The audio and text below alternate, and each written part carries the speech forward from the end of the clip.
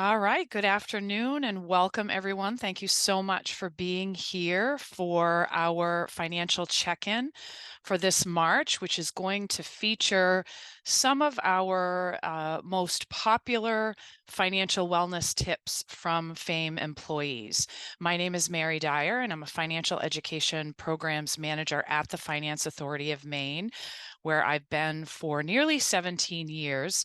Prior to that, my background was in higher education administration, specifically helping students and families navigate student loans and higher ed financing. And so financial wellness is a topic that is near and dear for me and for the team at FAME and the work that we do. So I'm really thrilled that you're here today. This webinar is part of our monthly financial check-in with FAME webinar series that we create not only for individuals and consumers, but for employers who are hoping to build and grow employee financial wellness within their organization, both public and private employers. And so I'm going to be talking about FAME's program specifically that we've developed for employees as we kick off the program. And then I'll dive right into the tips. Now, I will say that I am not in Maine today. I'm actually in New York City visiting with my son. His birthday is this weekend. So if you hear sirens in the background, I'm not in Maine. And so it's typical to have an occasional ambulance going down the street here. So hopefully there's not a lot of background noise. I've made some adjustments, but if you're wondering if something's going on, it's not. It's just New York City. So just wanted to add that. Now, as I said at the beginning, if you in the chat, because I can't see you, we're in a webinar format, I can't see you or hear you, if you could just enter in the chat, if you are joining today as an employer, and you're looking for information about employee financial wellness for your organization, or if you could indicate whether you're just here as an individual and want to learn new tips, that would be really helpful for me as I move through the presentation, and can kind of guide the conversation based on that. So that would be great to know. So welcome. One other thing, I am, as you have heard, recording this session. And so after the webinar, I will make the slide deck available to you along with the recording. It will be uploaded to FAME's YouTube channel. And so if you have to drop off early and you can't attend the full webinar, or you want to share it with a colleague or someone else, feel free to do so. We hope that you will share it and promote it as much as necessary. So just checking out the chat right now. We've got some individuals here. We've got some employees. Sort of dual purpose folks who are here for employees and for themselves as a consumer. And so very excited. We've got a nice mix, and I'll keep that in mind. So thank you all. And feel free as we move through to add any questions, comments, ideas, tips to the chat, because I want to hear from you. At the end of the webinar, if we have time, I might take you off mute and off video, and we can have a conversation once the recording has stopped. But feel free to add anything that you want to share in the tips, or in the chat rather. All right, so let's go ahead and kick off. As I said, we're going to be talking about FAME employee financial wellness strategies. What I've done for this presentation is really attempted to compile some of the tips and strategies that FAME employees have provided over the years. One of the things that's so valuable about employee financial wellness is not only do we bring outside experts to present to employees and help them build their financial knowledge, we also have a variety of different tools and resources that we provide. But we also, I think all of us as employees would agree that our knowledge is also amplified by the tips and ideas that we receive from each other. And so some of, I think, the greatest power or value of our program is that I can learn from colleagues about ways that they're saving money, new strategies for budgeting, increasing income, those types of things. And so what I wanted to do in this presentation is kind of give you a sampling of some of those tips that you might find useful as well, not only for you, but your employees. Now, for those of you that aren't familiar with FAME, I expect that most of you are, but we are a quasi-independent state agency, and our primary focus is to provide financial solutions to help Maine people achieve their business and higher education goals. I serve at FAME as part of the College Access and Financial Education team. And so our team, there's a focus on FAFSA completion and higher education financing and financial aid, and then also financial wellness. And so we're doing outreach, creating publications, communications, web tools, resources, just a whole host of programs available to Maine students and families with a specific focus around college affordability and pursuing education and training beyond high school. So I serve as part of that team, and I know many of you have interacted with other members of our what we call our CAFE team, our college access and financial education team as well. So a ton of resources and information. If you're new to that or new to FAME, I strongly encourage you to visit the FAME website and reach out to us to learn about ways that we can support your students or your community. So before I dive into sort of what is financial wellness, I want to just give a brief overview of our employee financial wellness program at FAME, just to give you an idea of sort of how we approach employee financial wellness. We created the program in 2019. So right now we're in our 6th year of offering a robust employee financial wellness program. And essentially, the program is a voluntary program for our employees, and it brings together 3 different key features. We offer, first of all, free financial coaching, one-on-one financial coaching in the workplace. And so those coaching sessions take place in some cases in person at the office, or in most cases virtually. And so we provide employees with an opportunity to meet with a financial coach for a 1-hour initial session and then 2 30-minute follow-up sessions throughout the year. And those coaching sessions are highly customized. They provide employees with an opportunity to set financial goals, to look at their sort of assets and income and their expenses and liabilities, and to really begin to build a customized plan around their financial goals. And so that's an important and critical part of our program.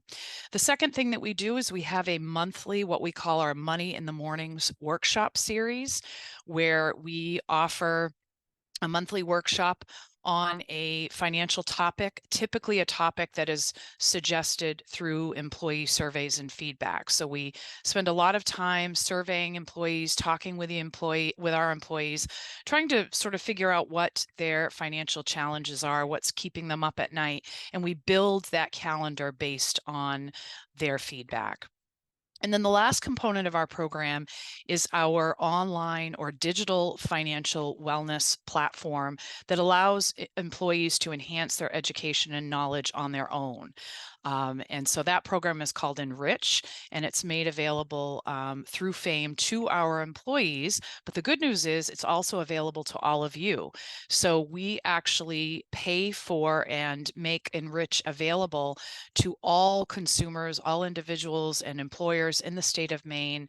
You can visit fame.enrich.org, and I'll talk about the resource at the end of the webinar. But you can go to that website, you can set up an account, and you can go through and complete courses, use all of the various tools and calculators that are available. There's articles, videos, money personality tools, just a wealth of information. When you create an Enrich account, one of the wonderful features of Enrich is that it will first ask you a series of questions about your own financial situation. And then the next time you log into the site, it will serve up content based on the answers to that financial wellness checkup. The other thing that, in many key features of Enrich and valuable features, but I think the other thing that's important to know is because it's made available by Fame, you're not going to be bombarded with third-party marketing. We're not going to be selling your data to other companies. And so you know that when you sign up for Enrich, you're not going to get any of that information from those outside entities. So we provide those 3 key resources. And again, employees sign up for the program.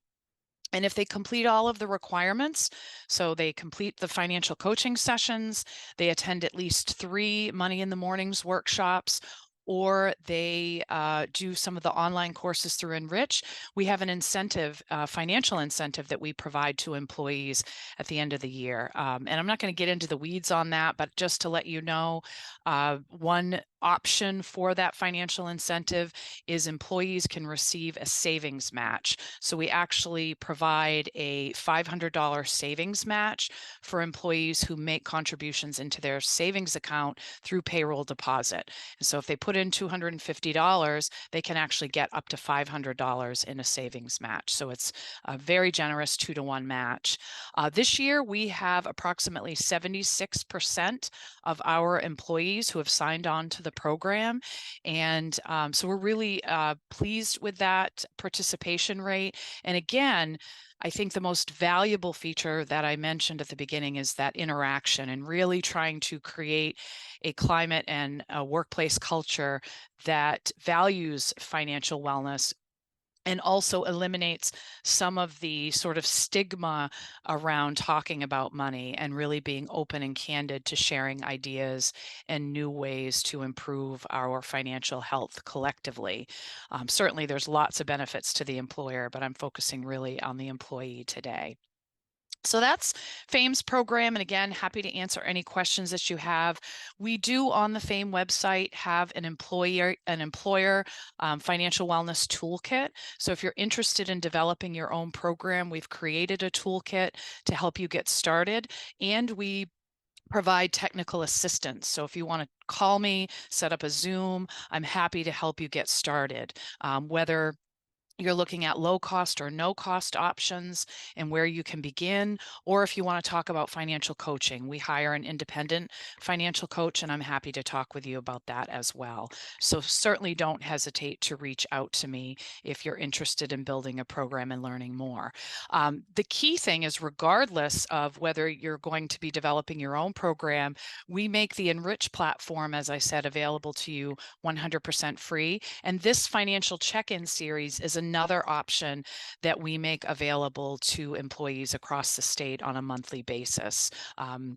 First Monday of every month at noon as a lunch and learn. And so that's one of many financial wellness resources that we make available to you. So with that, I want to kick off into just a quick overview of what is this? What do we mean when we say financial wellness? What are we really talking about here? And then I'll get right into the top 10 tips that I want to share with you today. So I think this definition really is one. I've seen many different definitions, lots of different words used: financial wellness, financial literacy, financial capability. What does it all mean? And I really like the definition that the Consumer Financial Protection Bureau has developed. And the reason that I like it is it actually was developed based on consumer feedback. They asked consumers, what do you mean? What does it mean to you to be financially capable or financially well? And so what consumers said is that it is essentially these key things: having control over your day-to-day, month-to-month finances, having the capacity to absorb a financial shock, being able to deal with, that financial emergency or that rainy day, having funds set aside to be able to deal with that financial hardship, whether it's job loss or a medical issue or any number of financial challenges that we might face. They also defined it as being on track to meet your financial goals. So being able to set goals and be able to see a path towards meeting those goals. And then the last thing they identified, and this is really for me and why it's bold on the slide here, is it's also having the financial freedom to make the choices that allow you to enjoy life. And to me, I think that's at the heart of it. When we talk about financial wellness, we focus a lot on the dollars and cents and the financial knowledge. But at the end of the day, what it means to us personally is really having the financial freedom to make the choices that we want to make, to have a happy life. And that isn't always about having a ton of money. It may be living on a shoestring and backpacking across Europe. And we define it all very differently, but it's that financial freedom. It's the financial freedom to change jobs if you're unhappy in your current job. It's the financial freedom to change your family or marital situation. It's that freedom to choose. So that's, I think, the key message here that I think consumers did a great job at identifying. I'm just checking to make sure I haven't hit my little mute button here. You let me know if you can't hear me all of a sudden.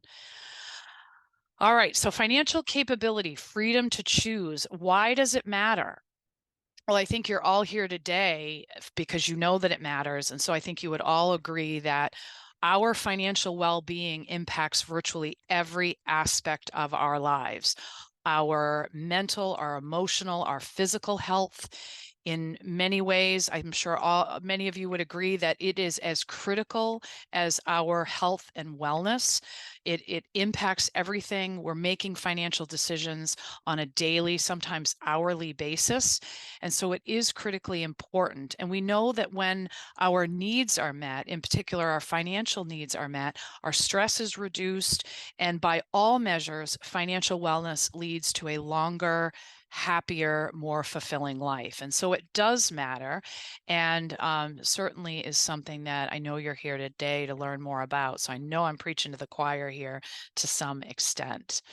All right, so I want to dive into the tips, but before I do that, I just want to check out our chat here and make sure that there aren't any questions. All right, seeing none. All right, so our first tip, and again, these are things that our employees either have been really engaged or inspired by, or tips that come directly from employees. And so this is one that we've talked a lot about, our money mindset, our future self. We've spent a lot of time working with Dr. Sarah Newcomb. She's actually going to be presenting our webinar in April, and she is a behavioral economist and has spent her entire career really focusing on the psychology of money. And she often has presented to our employees or talked with us about taking care of our future self and how important it is for us to step out of the here and now and then today and think about the future. And so one of the activities that we often do with college students or young adults is to encourage them to think about their self, their future self. Think about yourself in 10 years. Think about what will matter to you. And when I say think about yourself in 10 years, ideally, you're not just going to have sort of this really vague definition of what that's going to look like. The more detail and specificity that you can place around this sort of future self, the more likely you are to set goals and make a plan to take care of that future self. So think about what you'll be doing, where you'll be living, how will you be spending your time? Think about what will matter to you 10 years from now. And then more importantly, what steps will you need to take in order to get there?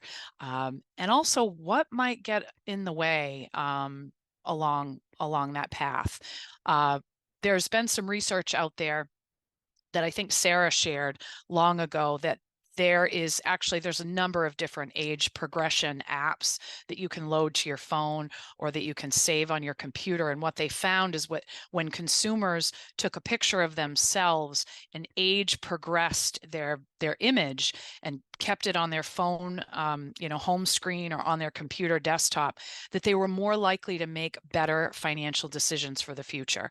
And so the more that I, thinking of myself, can take care of my future Mary Dyer or 10 years from now, as I get closer, I won't quite be ready to retire 10 years from now, but it's getting closer on the horizon at that point. And so the more I envision her and I think about her and treat her like a real person, not some distant, life stage, far away, the more I think about her and see her and keep her top of mind, the more I'll make decisions right here and now in order to do that. So I strongly encourage you to think about your future self, go through that activity. In one of our publications, it's called Build. So if you go to the FAME website on our publications page, you'll find all of our wonderful free publications. There's a page in that publication to help you sort of create a narrative of your future self. So I encourage you to do that. Now, when I talk about what might get in the way, this has come a lot from employees, and I think something that we all struggle with, and that is some of the family financial challenges that can arise and get in the way. And those can be multi-generational. That can be as you're taking care of aging parents or younger children and you're saving for, trying to save for college or future educational expenses.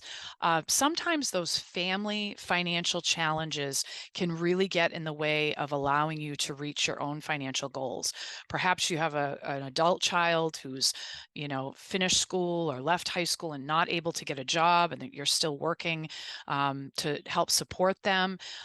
So sometimes that's something that really rose to the surface among employees, that while they might be in good shape in their own financial world, their children or their elderly parents needed a lot of financial support. And so, I really want you to keep that in mind. And one of my favorite analogies, and I didn't come up with this, but I love it, I think it's brilliant, is, when you get on an airplane and the flight attendant tells you, in the case of an emergency and oxygen is needed, to make sure you put your own oxygen mask on before the person next to you, even in the case of a child. I think that's how we need to think of our financial decisions and financial planning and goals.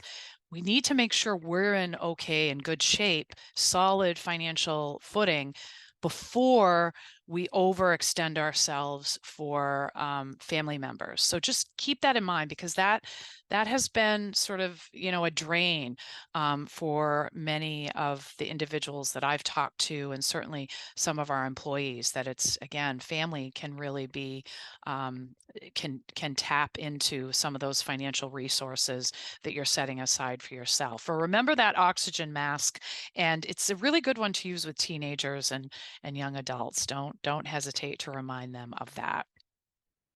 All right, so number 2, get in touch with your money mindset. And this really does play into the first tip around future self. Uh, and that is, what we really mean here is there are all of these things that we need to know from a knowledge perspective for our financial decision making. And so, certainly we spend a lot of time on financial education that is sort of the nuts and bolts, or the dollars and cents, if you will, around financial sort of rules of thumb. You have to have 10% of your income set aside each month into savings, and those sorts of, general financial rules. The reality is, though, if it was all about financial knowledge, we would all be in great shape and have sufficient funds saved and be good to go and be meeting our financial goals without any problem. But the reality is, the knowledge is just one part of the equation. Our financial sort of emotions, our money mindset, are also huge factors in our financial decision making, probably greater influence than the knowledge. And so, as much as you can get in touch with your money mindset to help you understand sort of your money mindset and what sort of emotions you bring to the table as part of your financial decision making, the better off you'll be. And I'm going to promote a wonderful tool that's available in Enrich. It is the Money Personality Tool. And again, it allows you to go through and get a handle on what is your money personality? What is your mindset? What really matters to you? What are your influences? And so I encourage you to take some time to do that, to think about that money mindset, because so often those emotions and that psychology is driving your financial decision making, not necessarily your knowledge. Um, the other piece of this is to really think about your earliest money memory. What's your earliest memory that you recall at home that sort of is perhaps driving your financial decision making today? What are some of the money mistakes that perhaps you've made that is now sort of fueling your decision making? And then also to evaluate your circle, the influences around you, the people that family members, your friends, your colleagues. Do their financial values align with yours, or are they detracting from being able to achieve those financial goals? So spending a little bit of time on that, I think, is a wonderful first step and really beginning to create a picture of your money mindset and what really matters to you.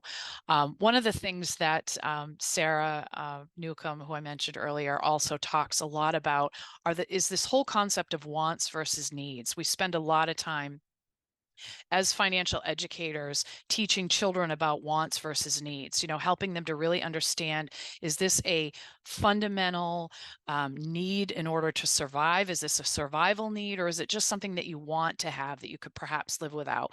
And what Sarah would say, and has proclaimed on many occasions, and I'm sure she'll talk with us about it next month, is that they're all needs. Everything that we purchase and every decision that we make is fulfilling a need within us.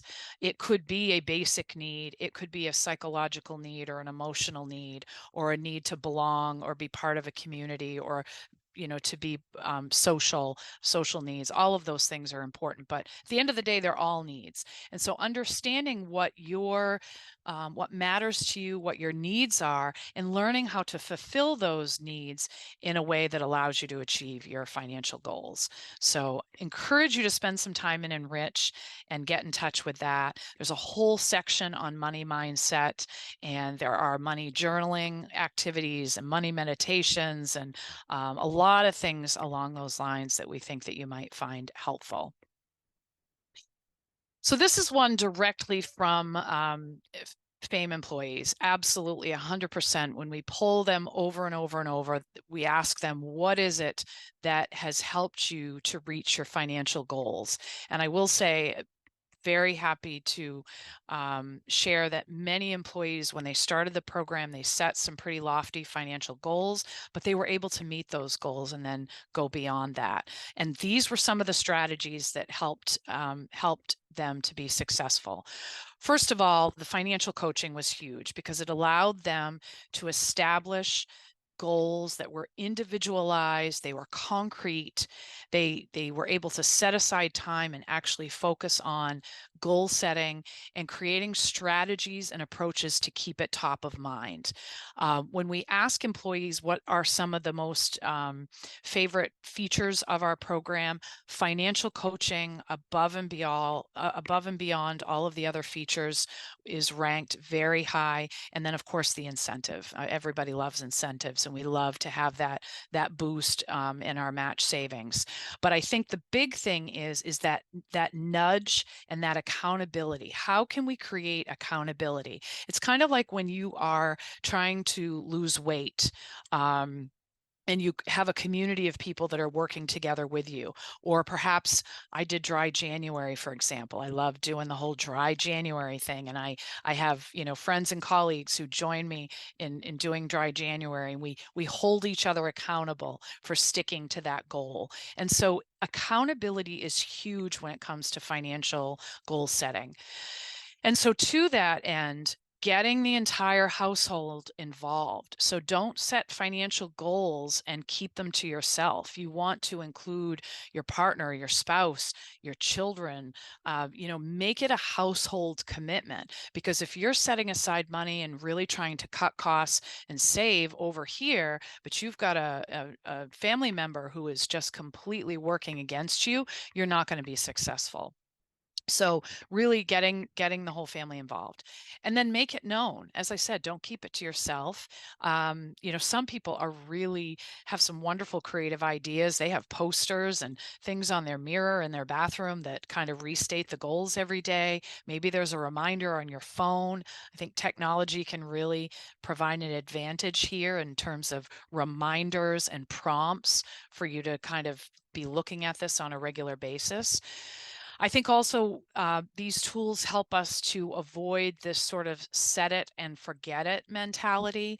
And I'll talk about this a little bit later, and ways to cut costs. But now in particular, with all of the online and streaming subscriptions that we have access to, it is so easy to um, sign up for a subscription and then just set it and forget it. So be really cautious about that mentality, unless it's core, of course, it's savings. We do like the automated savings approach into an account that's not attached to your regular debit card, and just continuing to put money there, and not, certainly increasing the amount is wonderful, but avoid that set it and forget it. And then consider, as I said, financial coaching was hugely beneficial. Consider meeting with a financial coach or a planner. And this isn't necessarily something that you always, need to pay for necessarily. Many of the financial institutions in Maine, perhaps your bank or credit union, has a financial coach that is available. New Ventures Maine, for example, they have courses and coaching available. You can reach out to them. I believe that the University of Maine Cooperative Extension has a coaching opportunity for, I think it's specifically for agricultural farms and workers. So there's free coaching out there.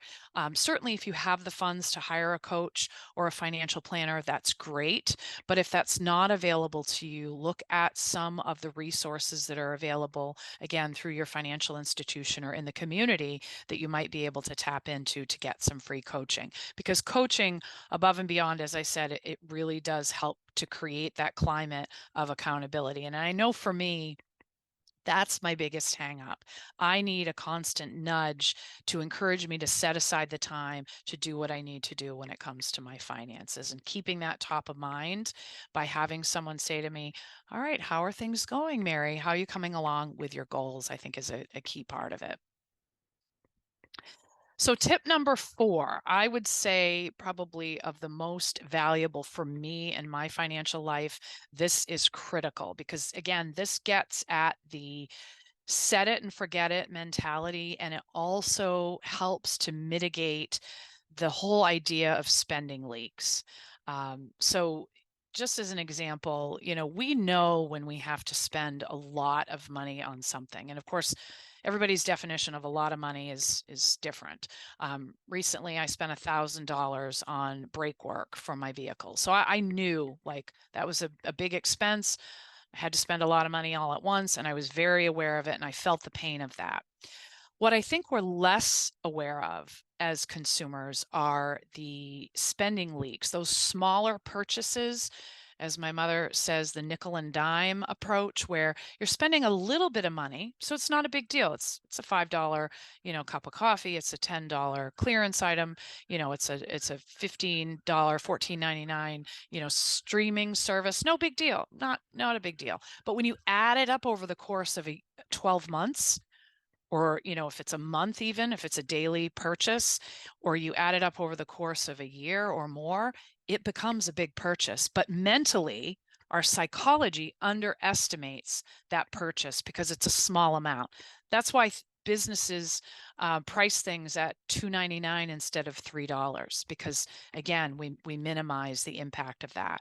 And so a key step for you to take is to look at all of your spending over the course of ideally a month, if you can start with a month, but then to, I think, expand to 3 or 4 months, and make a list of every single purchase that you make, whether it's a cash purchase, credit card, debit card, and then track every penny that you spend and really take a look at your spending, and in particular, uncovering those spending leaks. You also want to consider seasonal expenses. You don't want to take just a snapshot in, May through June or February through May, because you're not taking into account summer expenses or holiday expenses. You want to take a look at that. And that's a really important step.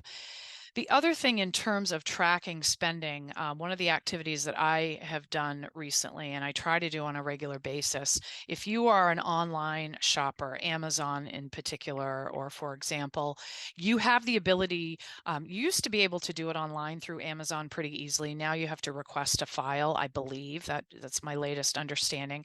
But you can actually get your annual, a spreadsheet of your annual Amazon purchases, and you can categorize them and take a look at those purchases to kind of see where you're at and where your money is going, because often it's leaking away and you're not really actively aware of that decision making. And so this activity also helps you to determine, is your spending going towards what you deem as needs?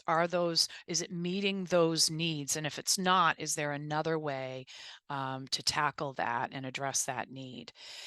It's also a key step before step number 5, which is to then create a budget, or preferably I like to call it a spending plan, because I just think it sounds so much more positive than a budget. So create a plan for your money. You'll start by determining all of your available income, your resources. You make a list of all of those expenses on a monthly basis or annually and categorize them.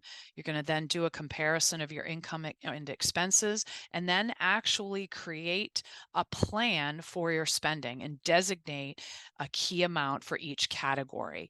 And a key step here in this process, and this is one that I again struggle with, because it's that follow-up, it's that, that reminder, sort of that accountability, and that is to evaluate it periodically. You don't want to create a budget and set it and forget it. You want to take a look at it at least annually.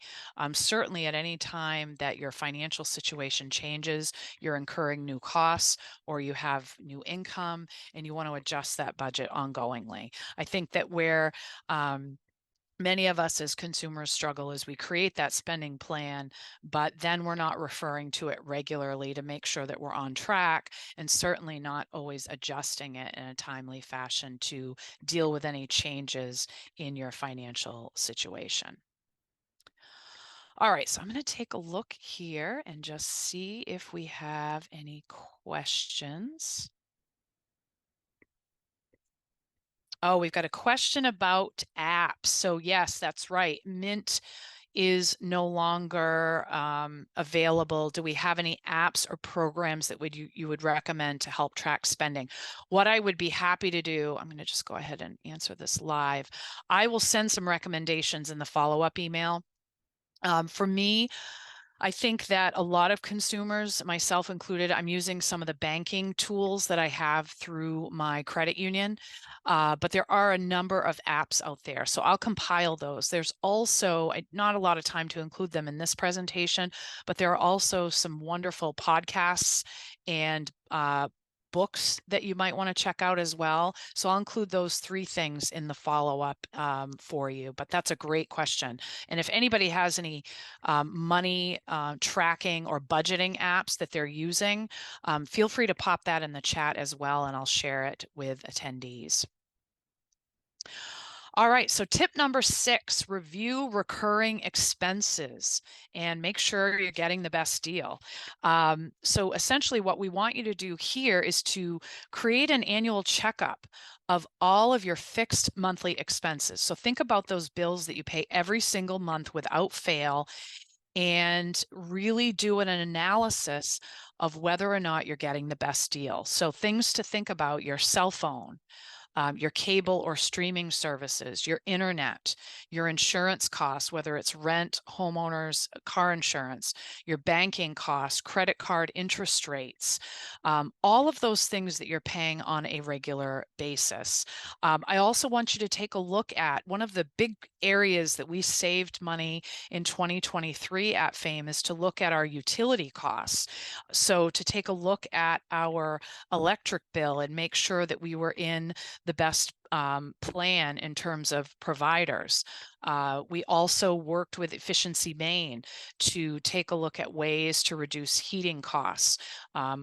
Several employees were able to get a significant discount for a hot water heat pump, for example, and reduce some of their utility costs that way. So you want to take a look at those regular expenses because, again, our consumer behavior is such that we typically pick a plan and we stay with it. And unfortunately, your insurance company, some do, I will say, I'm not going to make this a blanket statement, but in most cases, insurance companies, cell phone providers, internet companies don't call you on the phone on a regular basis and say, "Hey, Mary, did you know that we have a better deal for you and that you could really save some money?"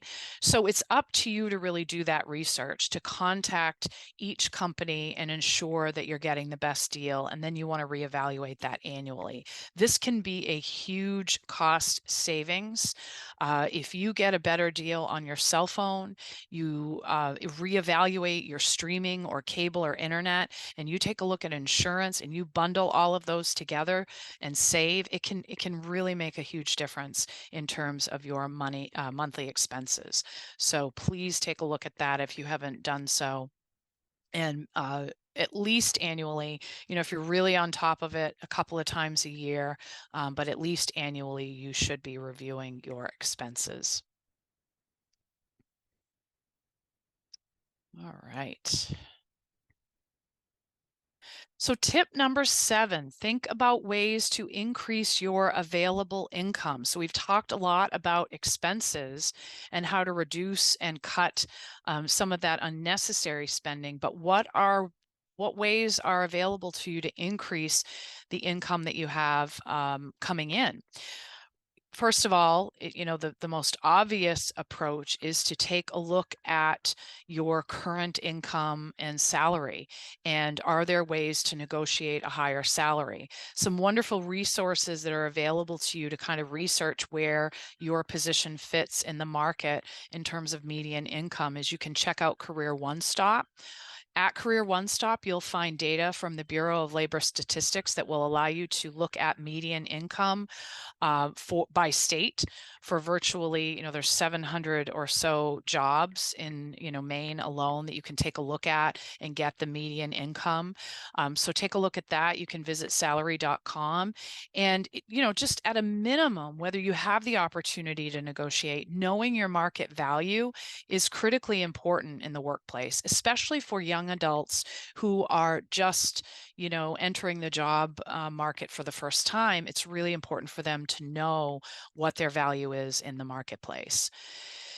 The other tip I'd love to give you, I'm a big fan of found money. I love it when I, take an old jacket out from the season before and I find cash in the pocket. It's rare, but it happens on occasion. I love found money. So another tip is to take a look at the unclaimed property database at maineunclaimedproperty.gov. It's administered by the state treasurer's office.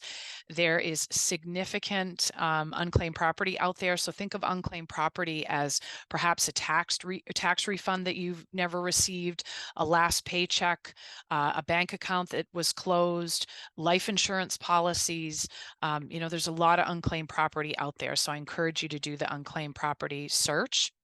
If you end up at a site that encourages or is just asking you to pay for something or use your debit card, you're in the wrong place. So the Maine unclaimed property database is a free tool and a free search. So if you end up somewhere where you're being asked for credit card information, you're in the wrong place. But I encourage you to check it out.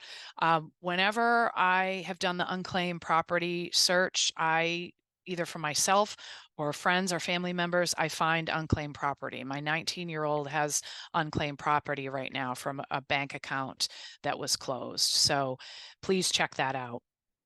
Other things that are really popular among our employees, selling unwanted items. So there is money to be made in whether it's, eBay or Facebook Marketplace or Etsy. We have a lot of folks who are selling things, unwanted items. And I'm going to put myself on mute here for a moment. So where I left off, selling unwanted items, Etsy, Facebook Marketplace, having that side hustle and that opportunity to earn extra cash with your skills, talents, artistry. That's a really great way to boost your income. So think of it beyond just your regular daytime job, and think about ways that you might be able to increase income through other interests that you have or other talents or skills. So again, that's something that several folks that I know have been successful at, and I encourage you to check out. And I'm going to have to mute again. I'm so sorry. So I'm going to blame it on this New York City air I've been breathing for 24 hours. I'll blame it on that, folks. You're all still with me though. I see that I haven't lost anyone. I've got a Q&A here. I'll check that out in a moment. So then the last thing I also wanted to mention, freebies and discounts, and I'll include this on the bonus slide, but also to make sure, in particular, as it relates to employee benefits, make sure that you're taking advantage of any discounts that you may be eligible for. So, whether it's AARP discounts, discounts that are available through your health and wellness program at work, there's generally discounts out there that in some cases we're not necessarily taking advantage of. So I encourage you to check out and certainly see if there's any discounts that are available to you through your employer. My husband is a teacher, for example, and so there are some discounts out there for teachers and educators and public service workers, police, those types of military discounts. Make sure you're taking advantage of that.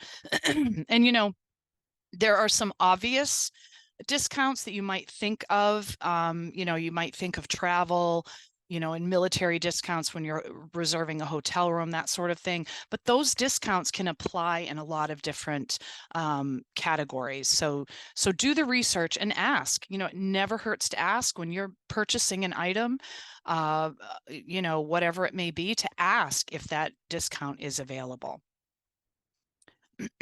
Sorry about that pause there, folks. Like I said, I'm gonna blame it on the New York City air. I'm not in Maine, so I guess that's why I'm having the coughing fit.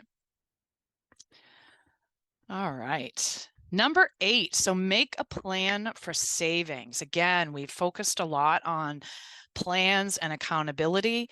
One of the biggest challenges for many of us as we built our program was that focus on emergency savings. And so I think that that's an area that we can all do a better job. The latest statistics, FINRA does a study of states and consumers, and for Maine, nearly half of Mainers do not have an emergency fund or rainy day fund. And so for you to really begin to establish or build upon an existing emergency fund, if you're just getting started, having a small savings goal, $500 to $1,000, even if it's just a small amount, that small amount saved, and when you reach that goal, it can be really motivating, and then you can build upon it later. I mentioned earlier, to automate your savings. That is also going to allow you to save more effectively and more regularly, but then also to not link that savings account to your debit card. And that's something that our financial coach is always talking with me about, because that's always an area that I'm focusing on. Tend to focus more on retirement savings, college savings, but that emergency savings fund, to have a sufficient amount saved, is an area that I'm always working on. And so making sure that you've got that savings account set aside and somewhat inaccessible is also extremely valuable. Now, once you achieve those smaller goals, a rule of thumb is to have 3 to 6 months of expenses saved. That's sort of a first step goal. Once you get sort of that basic savings set aside. Sometimes I hesitate to say that because I think many consumers, when they hear 3 to 6 months of expenses, they think of that as a really unattainable number, and then they don't, they kind of check out. And so I think starting small, setting a small savings goal, and then building beyond that. And then also, I mentioned employee benefits and other programs that help you to match your savings. So you want to take advantage of any programs that have a savings match. So many of you may be familiar with Maine's college savings program. There is a match component to that for Mainers. So check that out if you haven't heard about it. And then lastly, we've begun to explore high yield savings options at Fame. We're going to be doing a Money in the Mornings option or session on that. Certainly in this interest rate environment, there's an opportunity as consumers for us to earn some money on our savings in a way that we, previously were not, didn't have access to. So I would encourage you to check that out as well as another way to boost. Understanding your credit report. So we have spent some time, we've got a session coming up about credit reporting and building credit from scratch, essentially. But for all of you, I think another annual activity that I would encourage you to do is be sure that you're reviewing your free credit report at least once annually. You can go to annualcreditreport.com. Again, this is another situation where if you end up somewhere where it's asking you to pay for something you don't need to pay for access to your credit report, but I do encourage you to run that on a regular basis. It is going to help you to monitor identity theft. You can check for any negative or inquiries or entries or credit that doesn't belong to you. It's, think about your credit report as your financial report card and your score as your financial grade. And it's critically important as a consumer if you are seeking to, access credit, whether you're applying for your mortgage or a car loan, really knowing where you stand with your credit report and your credit score. It will be important to you. Even if you're renting, an apartment, many landlords will want to review your credit report. All right, so I want to just check the Q&A here. So this was just a comment that gets into the high yield savings. I found I could get a lot more interest on my savings by moving it out of my bank and into an online savings account or CD or a credit union equivalent of a CD. This individual saved $100 more a month. So that's definitely something that you should check out in terms of high yield savings. Absolutely. So our last tip before we get into the bonus category, and I think we're just about ready to wrap up here, controlling debt. This is a key conversation that we have in our employee financial wellness discussions. Certainly be sure to do your research and avoid high interest debt. Know what you're getting into. I know a lot of us are tempted by credit card reward programs and store cards, and you can't walk into nearly any store these days without being asked if you'd like to get the store credit card. And so you really want to be careful about taking on debt and taking advantage of those credit card options. Just make sure you know what you're getting into. You want to watch out for a situation where you are making that minimum payment and never really getting ahead, and you're paying interest on interest. Ideally, you're only going to use credit for amounts that you can pay off each month. And so really using caution. On the flip side, I know that we have folks who have been really successful at taking advantage of credit card rewards, whether it's travel miles or other things like that. But you do have to have a lot of discipline to be able to be successful in that area. So just use caution. And if you're someone who already has credit card debt, there's a lot of different ways to tackle that. You might hear the snowball or avalanche approach. The avalanche approach is where you really tackle the high interest debt first, pay off those debts with the higher interest rates. The snowball approach is where you pay off the smaller amounts first. You take that money you've saved once you've paid off that small debt and you add it to the next one, and so on and so forth. So think that snowball approach. And then also, I would be remiss if I didn't mention is when it comes to student loans, if you have student loan debt and you're struggling with that, there is help available. I hope that you will contact FAME to explore other flexible repayment options, loan forgiveness, student loan tax credits. You can contact your student loan servicer. We have a lot of great information on our website, and on a fairly regular basis, we host webinars about student loan repayment. There's been a lot of changes lately, a lot of new programs, a lot of folks taking advantage of public service loan forgiveness. So if you're in that situation and you've not received any guidance or counseling, you definitely want to take advantage of some of the resources that are out there, and FAME is one of those. I know New Ventures is also doing student loan coaching, and we also contract with an organization called ECM Solutions that provides counseling to Maine borrowers as well. So if you're in that student loan, category where you're really struggling, just please reach out to me, and I'm happy to provide you with some support or refer you to someone who has that more in-depth information for you if I don't have all of the answers. So let's talk about the bonus tips coming, again, more tips from employees. We have lots of great advice and a lot of folks that at this point I consider financial wellness experts.